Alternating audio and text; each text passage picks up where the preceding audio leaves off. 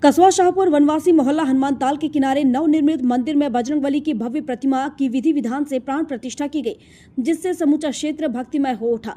सुबह से ही यज्ञ मंडप में वैदिक मंत्रों का उच्चारण शुरू हो गया था और आचार्य पंडित रामायण गौतम वृंदावन धाम एवं पंडित राधेश्वर चतुर्वेदी जी के नेतृत्व में विशेष पूजा अर्चना की गई। प्राण प्रतिष्ठा से पूर्व हनुमान जी की प्रतिमा को फूलों और ध्वजाओं से रथ पर विराजमान कर भव्य शोभा यात्रा कस्बे में निकाली गई, जिसमें बड़ी संख्या में श्रद्धालुओं ने भाग लिया। नवनिर्मित मंदिर परिसर में 3 दिवसीय यज्ञ का समापन हुआ, जिसमें पूर्ण आहुति और हवन किया गया।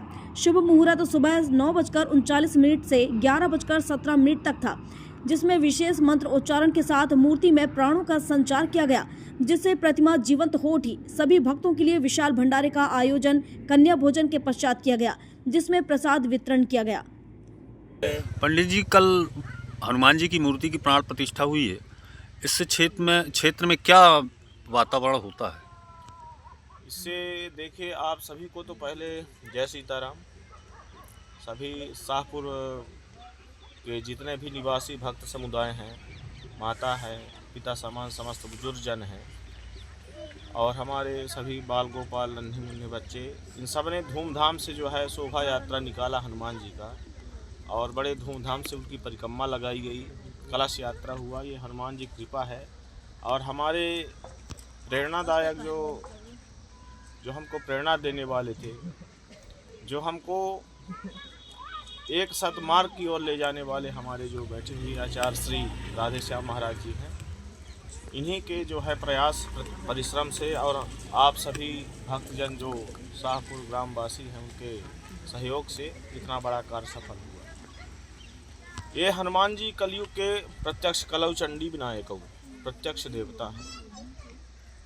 चारों युग प्रताप तुम्हारा है ना, तो चार युग में हनुमान जी महाराज का विशेष प्रताप है। और ये हनुमान जी महाराज माँ भगवती जगदम्बा या भगवान गणेश, इनकी आराधना करने से प्रत्यक्ष प्रमाण से जो है हमको फल की इच्छा और फल की जो दृश्य है, फल का जो फलीभूत है, वो हमको नज़र आता है कि हमारे जीवन में सब अच्छा होने जा रहा है।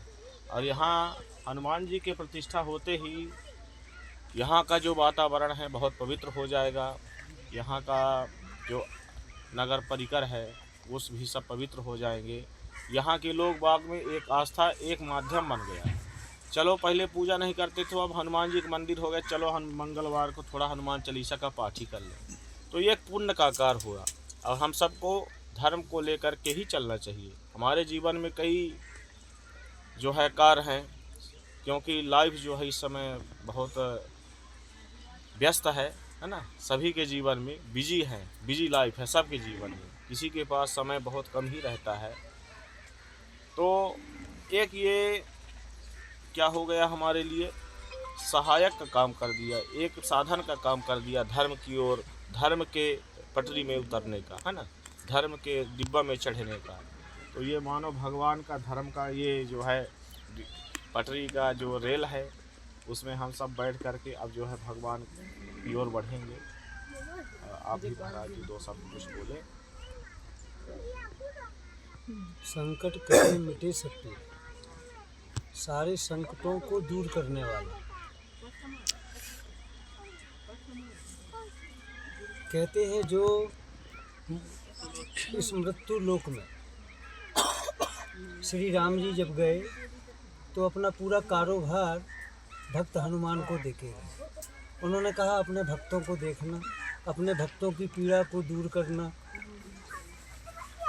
उनका मनोबल बढ़ाना, उनमें शक्ति प्रदान करना, उनमें अच्छी ऊर्जा प्रदान करना, ताकि वो जब तक रहें इस मृत्यु लोक में तब तक अपने जीवन को अच्छे प्रकार से सुख में व्यतीत करें। जो धर्म की तरफ चलता है, सभी चलते हैं धर्म की तरफ। आज सब लोगों के सहयोग से, सारे ग्रामवासियों के सहयोग से, सबके सानिध्य से, जो वृंदावन से आए हुए ये जो ब्राह्मण देवता हैं, इन सब लोगों के सानिध्य से, और हमारे जल देवता जो ये तालाब के किनारे हैं, इनका जल जो है हनुमान जी पे चढ़े, है ना, और सभी का वातावरण जो है शुद्ध रहे।